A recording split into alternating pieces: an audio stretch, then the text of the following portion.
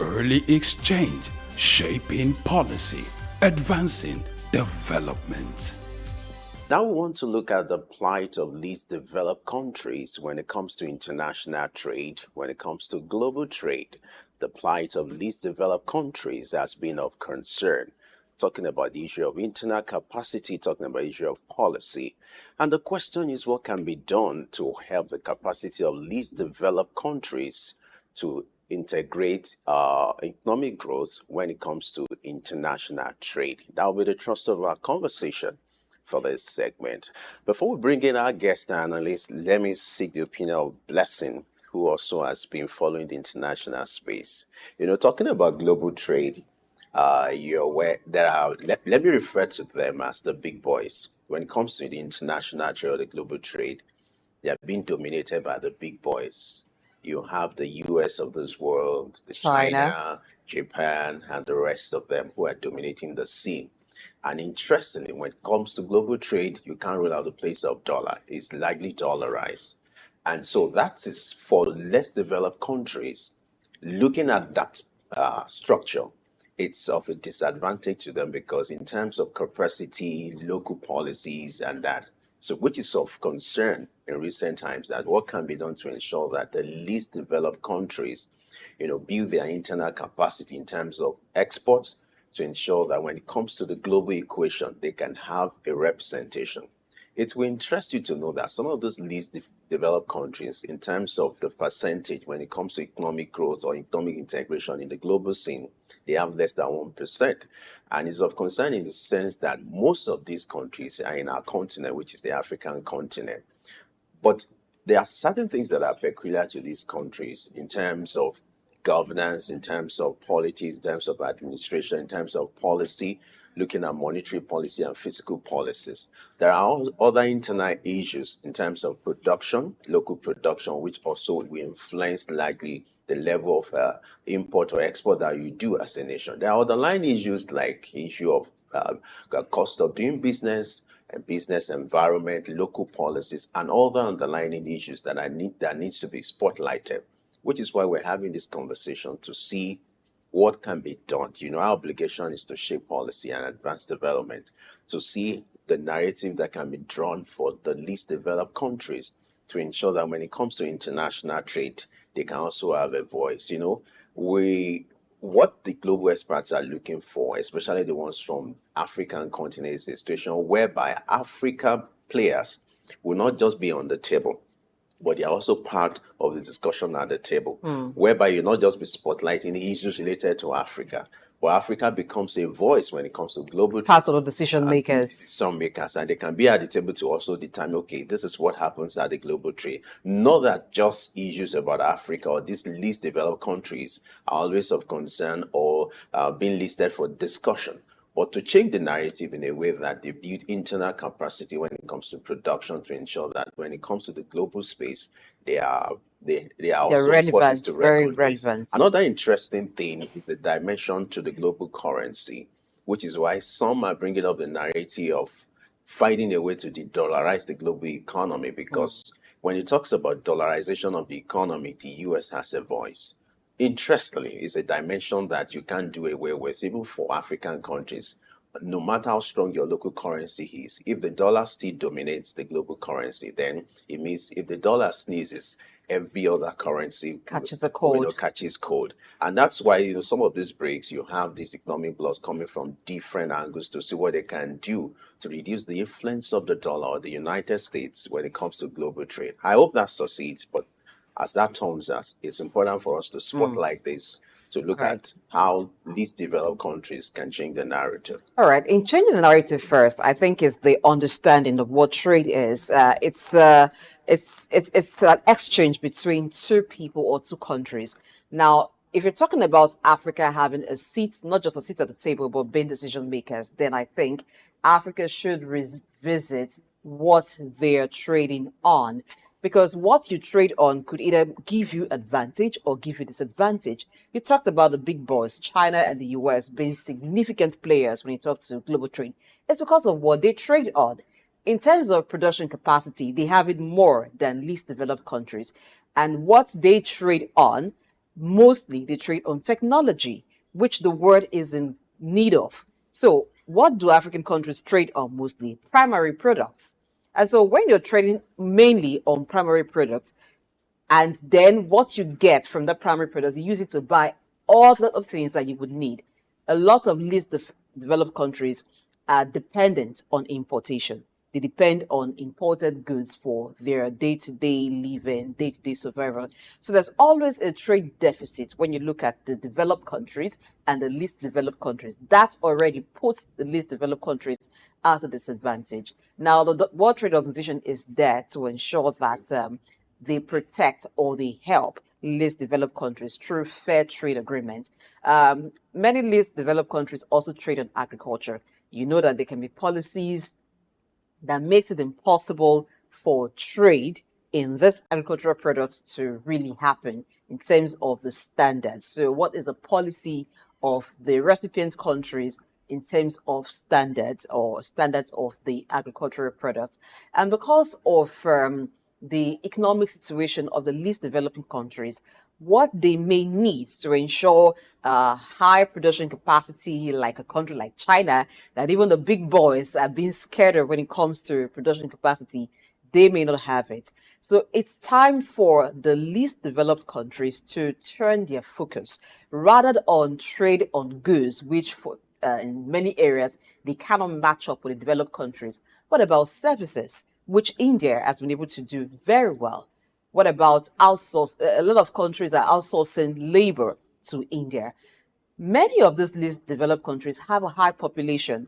For a country like Nigeria, Nigeria has a high youth population. What are we doing with the youth population in terms of human capital development so that we're not just trading on goods, we're also trading on services that could give us some advantage. So until you have more of what the other person needs, the ability of you to shape how the trade goes will be limited. But I'll leave that for our guest to tell us more about this, which Femi will bring in. All right. Before we bring in our guests, it's also important to identify the issue of leadership. If you look at some of these least developed countries, there's something peculiar to them, which is the interference of politics to governance. And in fact, if you look at the process of emergence of their leaders or leadership issue, is also part of it. We make reference to what is being done in China, in Singapore. There's a popular Lee Kuan Yew and the rest of them. These are leaders who have made some differences in their country. But when you look at something peculiar to these least developed countries, it's also about leadership. I remember when Hillary Clinton visited Nigeria the last time, she identified that Africa has not been fortunate to have leaders who are proactive, who has the political will to make decisions when it is necessary. There are certain decisions you make in respect to the future to ensure that you change the narrative as a leader. So if you look at some of these least developed countries, it's also attributed to the issue of leadership. It's often said that everything rises and falls on leadership. Yes. Leaders, positioned to change the narrative. And most of the time, what happens is they are not in position to make the political will, make some hard decisions to change the fortune of the station. A good example is what is playing out in China. China decided to have a special subsidy regime for manufacturers of electric vehicles. There's something significant that China is doing now that is even causing the whole world to look in that direction with the manufacturing of electric vehicles and even some of these sensitive chips and some sensitive technology that are being deployed. Now, to commercialize this and make it easier for the producers of these vehicles, China created a special package to ensure that they are being given support needed. Is that playing out in most of these least developed countries? You discover that it's not, even if it's happening, not in that large scale. So the Chinese approach is that they are very strategic about being specific about what to identify and what we call comparative advantage, Yes. to ensure that they set a narrative in that regard and they become relevant when it comes to international So trade. intentionality Yes. is what the LDCs, the least developed countries, should be looking at. All right. Let's bring in our guest now, who is joining us virtually. We're being joined by Paul Frimpong, who is a development economist. Paul, glad to know you're there with us, and we're glad to bring you now. Glad to have you join us on Early Extinct this morning. Yes, thank you. Good morning to your viewers. It's a pleasure to be here with you. All right, there has been concern globally about the plight of least developed countries when it comes to global trade and international affairs. Talk to us. Why do you think this has likely been of concern in recent times? Give us a picture of what, or if I may use this word, the plight of least developed countries when it comes to the issue of global trade and international affairs. Well, first of all, I mean, in the wisdom of multilateral trade and multilateralism, as we know, which has its other connotation of globalization, the wisdom in that was that interdependence and cooperation will eventually lead to a peace and shared prosperity for all countries of the world. But of course, history has also shown that that has not lived up to that expectation. Of course, this is something that even predates the World Trade Organization, the formation of the World Trade Organization. This multilateralism conversation happened even before World Trade Organization was formed in 1995, which was to come in and, of course, also intensify that mission of trying to create an interdependent world, which will then, of course, lead to a shared prosperity. But still, from 1995 to date, you are still seeing a bit of disparities and those objectives not being met. And in most cases, being felt by the least developed countries, as we have in the discussion. So, of course, there are incidents that have led to some of these disparities that gets people even more concerned about this whole idea about global trade integration and whatever. Because if you recall, we have a lot of geopolitical tensions. We have rising inequalities, climate change.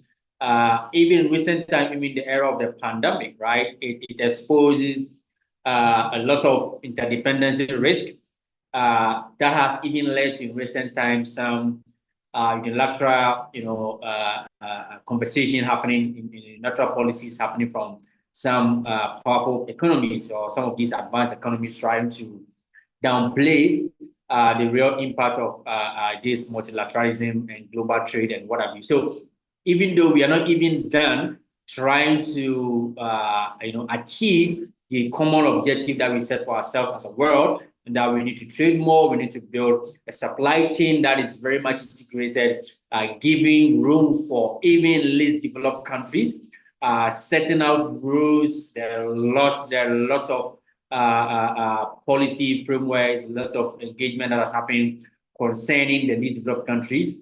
Even though we're trying to meet those objectives in trying to show up the share in terms of the participation rate of least developed countries, we are now being more like shortchanged by these new fears of this same interdependence and globalization. So we have fragmentation in our world today, where issues that really got to the heart of discussion, the policy rooms, the advanced economies when it comes to trade with least developing countries, now it's no more finding its way in those policy rooms. So I believe that's the context we find ourselves in. And so that leads to more conversation on what exactly can be done to ensure that least developed countries also have a greater share in the global trade, which we know has the potential to unlock a lot of economic development for them. And ensuring that less developed countries have a significant share in global trade, what new parts can they begin to explore, since the old parts have not gotten them where they should be? Well, I think, so in most cases, when you track some of the challenges that they are facing, be it, the rapid, digitalization, you talk about technical, related challenges, talk about financial challenges, and of course, setting standards that are set that they are not even part of those that are setting the standards and have to meet those standards. We talk about professional treatment in terms of there's something they call goods of origin, which gives you access to certain market at certain, non-tariff barriers that are going to remove for you, tariff barriers that are going to remove for those goods that are coming from those least developed countries. So I believe that those challenges are still there that has not been met in terms of making the least developing countries more competitive, right? And in this world, as I said earlier, we are in a rapid digitalization, advanced technology. In fact, earlier on, your colleague was making reference to what China is doing in the automobile industry, the EV industry, the advancement in technology in that sector alone from China. And you can imagine what it means for a developing country to want to enter into the automobile industry, enter into the new energy vehicle industry. Imagine what that would mean for such a country to be able to match up with the kind of capacity that China has in this technology sector. So I believe that there has to be a conscious effort. Of course, we need to go back to the basics, right? So we need to try and get them to settle on the basis. And when you look at the least developed countries around the world, there are about 45 or so countries. Majority of them, of course, are in Africa. Nigeria is not part, Ghana is not part. Of course, there are a lot of countries in Africa that are part of least developed countries that needs, a bit more of homegrown policies and programs that can make them even competitive in our own region. I think that should be one of the core things that we should look out for. So if you pick Zambia, if you pick Benin, if you pick Togo, and all these countries that are part of least developed countries, what can be done in this local context in terms of the regional point, whether it's from the ECOWAS or from the East African community, whether it's from the Southern African Development Community, what can be done for these countries to make them competitive in this kind of region before we can even think about getting them access to other markets? Because as we speak now, we've all agreed that we want to create a single African market, which we have the Africa Continental Free Trade Area. I believe we'll go into that. But then again, that is our main objective, that we want to create a single market so that we can increase the market access. And when we talk about least developed countries and global trade, obviously what we are talking about is increasing their share in the export of global trade. So how much they're able to export, into the global trade value chain, what they are doing, what kind of value chain, in the value chain, where do they find themselves? And in most cases, we are talking about earning more from global trade, and that means exporting more. That's what we are looking at in this case. So in Africa, we have to look at this kind of scenario in our local context. What are we doing to help these countries in terms of technical ability, in terms of financial support, in terms of helping them meet certain standards that we are setting for ourselves? Because even after that standard, there are certain requirements that you need to meet to export whatever you have to another country in the sub-region. So we have to look at that from that point, and I believe when we're able to do that, we're able to help these countries to move up the value chain when it comes to global trade. I'm going to pick from some of the things that you've talked about. One of them, given the example of China, what China has done in terms of technology in the area of electric vehicles, and you talked about what the least developed countries would need to do to compete. Now, the question is this: do they need to compete if they would have comparative advantage there? What happens to creating a niche market? What kind of niche market can least developed countries create? And then talking about improving trade, supporting each other, let's come to the African continent here. Regional trade isn't so much a thing here. What can be done to facilitate that? Will that translate to being able to trade more with the international community when Africa is able to trade amongst itself more? Yeah, so in a question of whether we've seen the model that is used by China and whether it's a model that we have to copy, in the world that we find ourselves in, copying is not the ideal thing. It's about learning from best practices around the world. I believe that when we look at China, even in terms of the size of China and the size of Africa, and look at the history of China about 4 decades ago and Africa's history, you can see some level of similarities. But of course, China approached its own a development model in a different, in a totally different way, because we're talking about 1.4 billion years, but also, with a centralized government. We are talking about 54, 55 fragmented countries with different, governments with different ideas on how they want to transform themselves. So the scenario might not really be ideal in terms of copying, but there are best practices that we can learn from China. And from African point of view, we can only do that not from the single country point of view because you have a small market.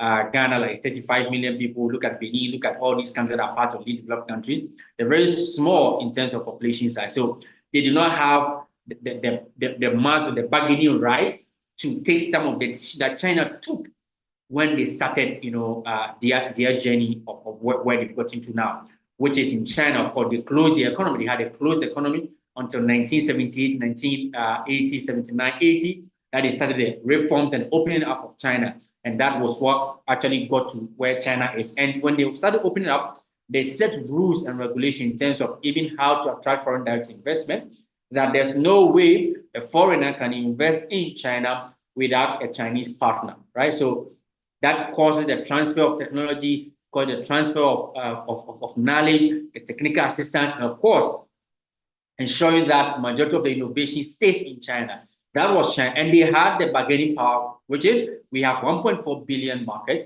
If you come and set up your plant and manufacturing here, you have the whole market here that you can sell to, and every business is in business to make profit. And so that was very attractive to them. So in the same way, in the same context, that is why for some of us, we're very strong advocate of the single market for Africa.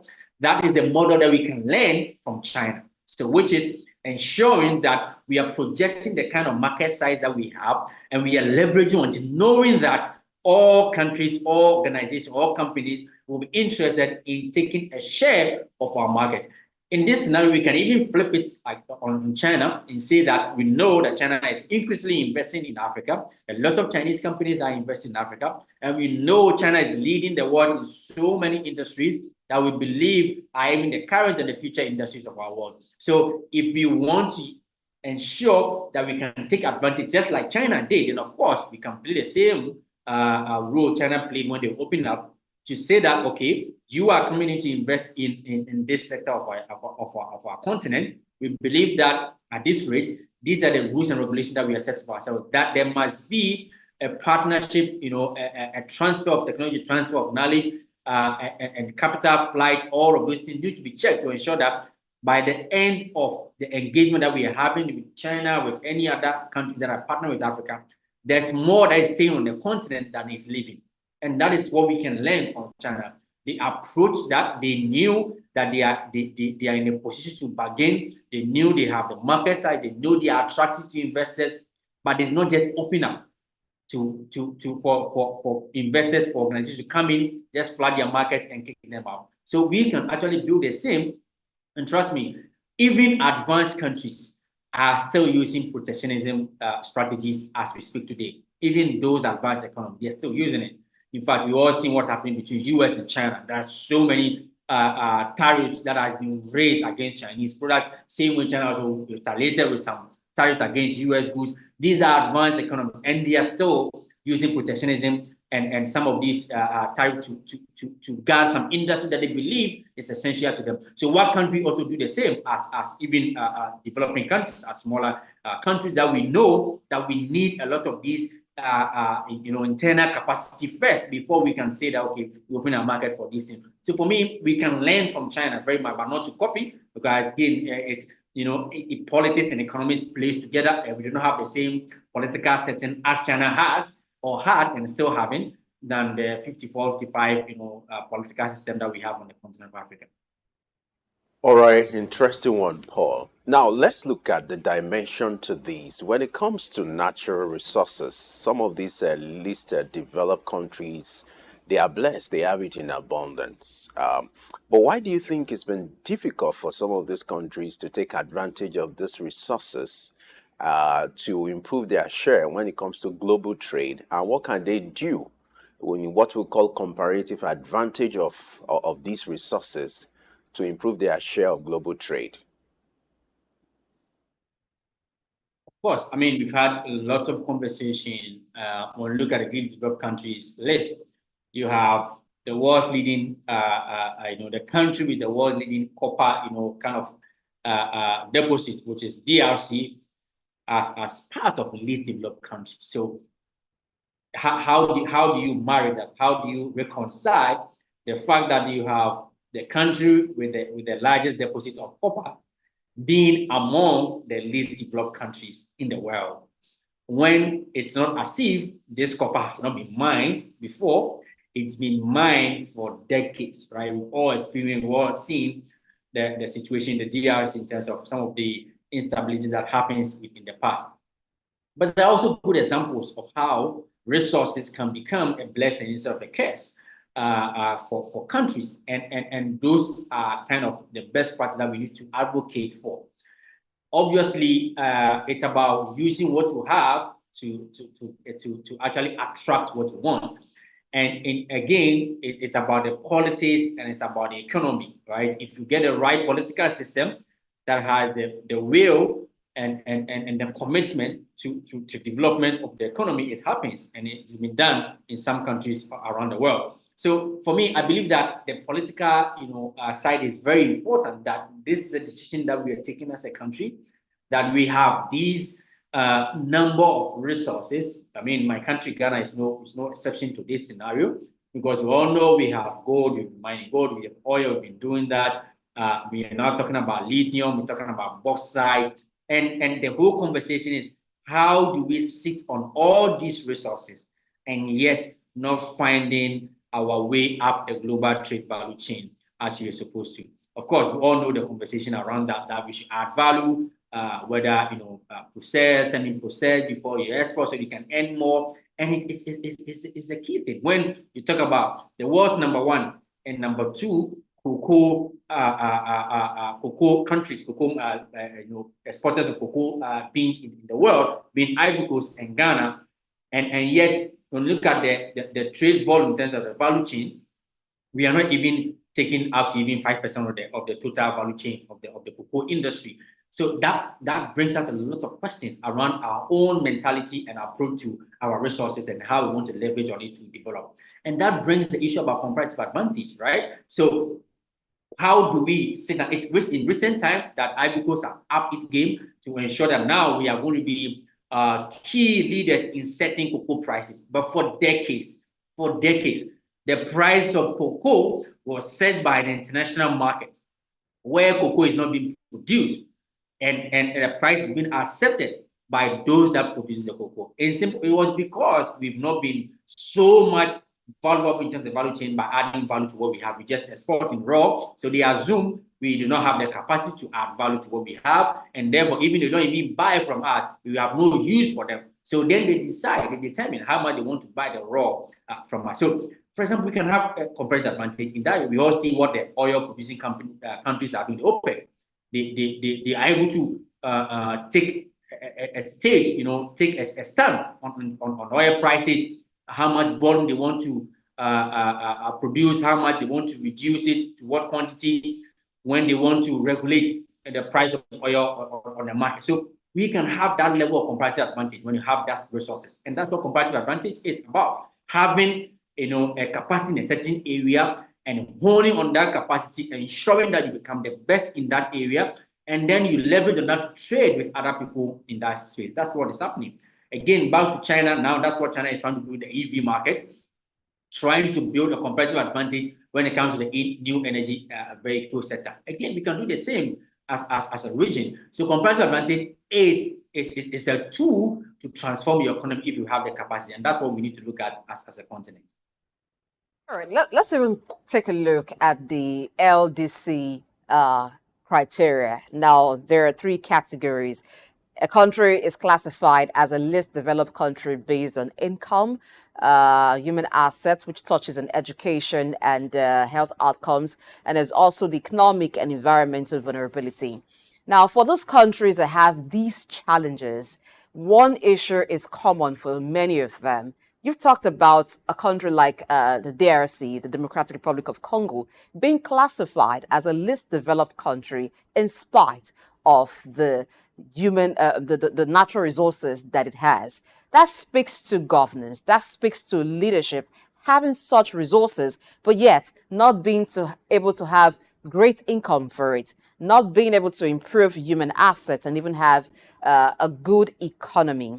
With these challenges, what can these countries themselves do? You've cited example of the price of cocoa being determined by countries who do not produce cocoa. It also happens in the case of gold and some other minerals, where the international community that are not even rich in these resources are determining the price. What can these countries do in terms of leadership, governance to improve their lot before being able to compete favorably in global trade?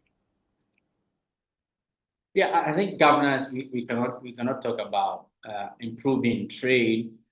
We cannot talk about improving the lives of the citizens of countries, the developed countries, as we are talking about, without talking about governance. That's why I keep mentioning about the politics, the kind of political system regime that we've seen, in most countries in the continent, that usually the political process, when you track most of the instability that we've seen in the continent of Africa, even the DRC that we are talking about, most of the instability that halts economic development and progress all has stemmed from political tensions. That's what we've seen in the DRC over the years. Rebel groups against the government, it's all about controlling power. It's all about power in there. So governance is a very key tool to be able to unlock the kind of advantage that countries have on the continent, including the DRC. So, I mean, we've all seen, even the regional sense. We'll talk about even a few days ago, I was reading a blog post about the EAC, the East African Community, which the DRC is part of. And we're talking about how, in recent times, of course, we say that the EAC bloc, which is about 6-7 countries, is the most integrated, regional bloc in the continent of Africa.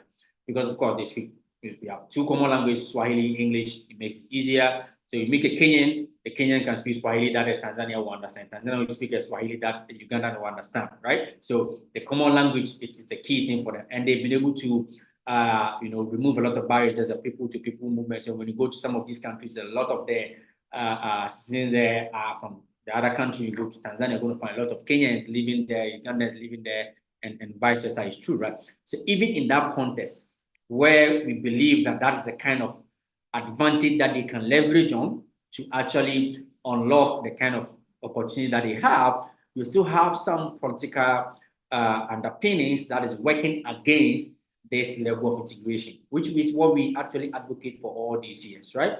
So you have Rwanda, being accused of sponsoring rebel groups to ask the government in the DRC, which is accusation from the DRC. These are all political, governance, fractures that we need to resolve. Of course, when you talk about governance, even internally, we have to talk about our own trade policies and programs that we have that we want to push across.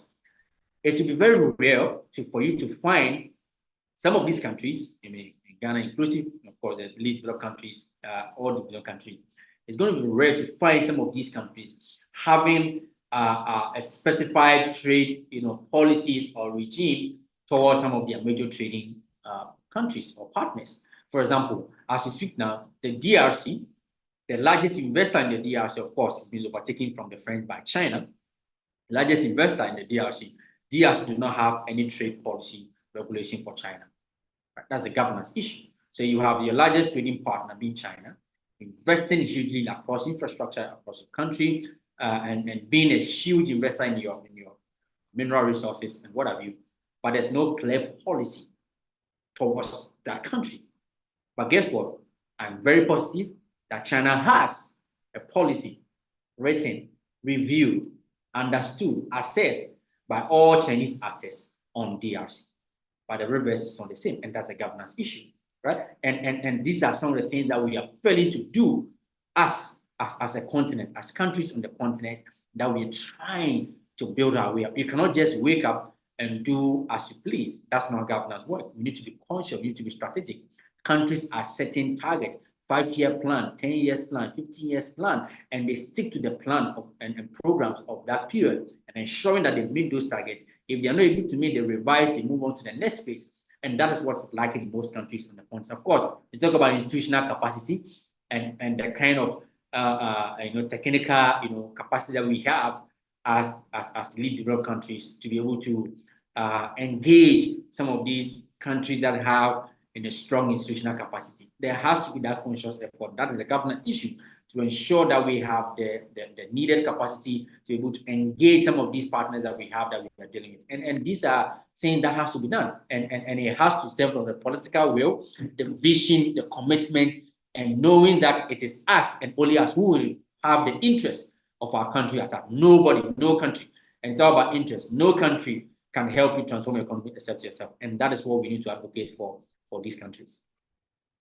Interesting. Now let's wrap up this conversation with these. When it comes to global trade, you can't rule out the place or the dominance of the dollar. You are aware that international trade is largely dollarized. So as long as this exists, don't you think this will be of disadvantage to the least developed countries? Are you aware of the move by also the BRIC nations to de-dollarize the global trade? How can the least developed countries benefit from this quickly? I like it. I'm a strong advocate. I'm a strong advocate of countries trying to reduce their overdependence in the US dollar. Of course, it's a long shot. What it means is that it's going to take a certain period to be able to reach that level, right? Again, the dollar is the dollar because of the kind of economy that is backing the dollar, which is the US economy, number one economy in the world. So the conversation, even from the BRICS, is to even see how we can trade among ourselves. So the first point of the de-dollarization conversation is not about replacing the dollar with another currency, no, because that currency must also be strongly backed by a strong economy. In this case, that's why the Chinese yuan actually leads. But even that, it has to take some time before it can lead as the US dollar is leading. So the first core of de-dollarization is very simple. You and I are doing business. You are in Nigeria, I'm in Ghana. I'm buying goods from you from Nigeria. I should be able to pay to my bankers in Ghana cities, and your bankers will get the Naira equivalent. And how does that happen? That can only happen at the central bank level. That means is that the Bank of Ghana, Central Bank of Ghana, needs to build reserves in the Nigerian Naira. Again, the CPM, Central Bank of Nigeria, must also build reserve in the Ghana cities.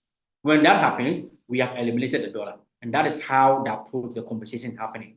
As long as you know that there's a constant, and every country has the trade numbers. I'm sure your country's Statistical Institute for Statistical Service, or whatever you call the Ghana Statistical Service, every year they publish our trade, the list of trade import and export. When we talk about import, the list in terms of countries that we are importing most from, and they talk about the items, specific items that we are importing the most, which is rice or tomatoes or what have you. There's a list. These are tangible things everybody can feel, you can read, you can understand. So the point you make is, what you do is that you pick the low-hanging fruit. The low-hanging fruit is that, okay, from henceforth, it's not possible for the Central Bank of Ghana to build reserves in all the currencies of countries that we are doing business with. That's not possible. But then you can look at the top 5 countries that we are doing business with the most, that you're importing the most from, and then you start building reserves in those countries. Because it's a year in, year out statistic that shows the trend that for the next 10 years, for the last 10 years, these are the countries that we import most from, and it hasn't changed. Therefore, it is possible that the next 10 years will be the same. So we are building reserves in these countries' currencies, so that if I'm a Ghanaian businessman, I'm buying from Kenya, and government knows that we buy a lot from Kenya, they will put on the central bank will build a reserve in the Kenyan shillings. So if I am buying from Kenyan supplier, I'll go to my bank, pay in the Ghana cedis, and the bankers will correspond to the central bank to get the local currency to the person. So I do not have to exchange my Ghana cedi to the dollar before I pay my supplier in. That is the de-dollarization conversion, and it's the easiest route to do this. You cannot just say that, okay, we are dropping the dollar, you want to use the Chinese or the Japanese yen or the Indian rupee to replace. No, that's not going to happen. But we can go this approach of doing it. A very smart option you're giving there. I'm sure that the business community have picked that, and for those countries that are seriously looking to de-dollarize the economy, African continent looking to de-dollarize the African continent, that's a route that can be tried. Thank you very much. Paul Frimpong is a development economist, has joined us from Ghana this morning on the show. Yeah, thank you for having me. Our pleasure. Oh, yes, we've come to the end of today's edition of L Exchange. We thank you so much for being a part of it. Quick reminder, follow us on our social media platforms on Facebook, Instagram, and X at Sook News TV. Share your comments, be part of the conversation. It doesn't end here on the table. And you can watch this episode all over again in the previous episode on YouTube at Sook News TV. I'm Blessing H. I'll see you tomorrow on the show. All right, let's also understand that the move to the dollarized global economy starts from the local space. It is often said charity begins at home. Let's see how we can prioritize our local currency to foreign currency. Don't forget, LXD returns tomorrow. I am Femi Ayodele. Thanks for watching. I see you tomorrow.